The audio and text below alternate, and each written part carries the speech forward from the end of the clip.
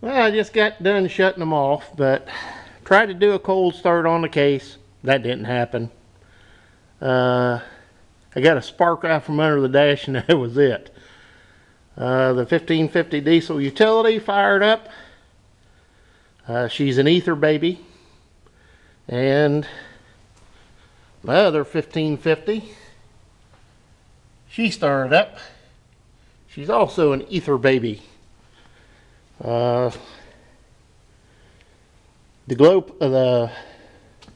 warm air injection on these, I've never been able to start one with it. But this 1550 is the one I bought in 1988, and it undoubtedly is one of the best tractors I've ever owned. Right now it has 3,483 hours, and those are original hours. It had 1,900 on it when I bought it in 1988, and I bought it from the original owner. It's kind of got a 550 paint job on the side panels there. They were pitiful looking. They looked like these do right now. So I cleaned them up, sanded it down, and I painted that by hand. Don't look too bad, as long as you don't look at it real close. But the rest of the tractor, other than the clover white like on this, the paint's original. I improvised this international loader on it.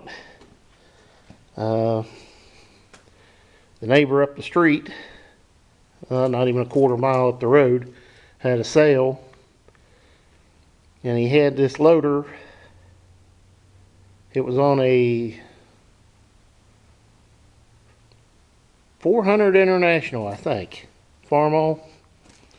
And they sold the loader separate. So I bought it for $100 and figured out how to mount it. Had to make a couple of plates there, but sure saved my back a whole lot of times. Get around here. It had, about 12 years ago, it still had the original tires on the back, and they were so weather checked it wasn't funny. This set of tires that's on it now, I bought as a set of duals. 15.538 T-rail duals. Give $200 for them at an auction, and had them put on this tractor. And of course, the idiots at the tire store, I wanted this tire here put on over there, because this one had, at that time, it was starting to show this delamination on it. And I wanted the original tires back to use for duals. Wrote everything down on a piece of paper and give it to them.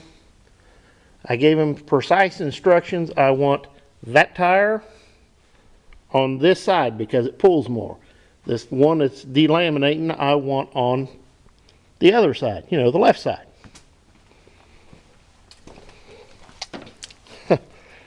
I go to pick the tractor up. Not only did they mount the tires wrong, they gave my tires that they took off to the tire man to haul off, and wanted to charge me $75 for the 2 tires and tubes to be hauled off, and wanted me to pay for it. So we went round and round for a bit, and some words were spoken, and I left there with another set of 15 5/38s. No charge for them screwing up and sending my tires off. And $50 off the bill because they mounted the tires wrong. And the place closed up, and it was a couple of years after that fact. They told one of the guys that used to work there, told me, said it's because of people like me that they went out of business. Well, people like me, I don't get it. I come in to give you work, change, this. I paid for 4 tires being dismounted, 2 tires to be mounted. I told you how to do it, and y'all screwed it up and wanted to charge me for your own mistake. So I told him, I said, well, maybe it's just the reason, that's just the reason you guys are closed up now, is doing work like that.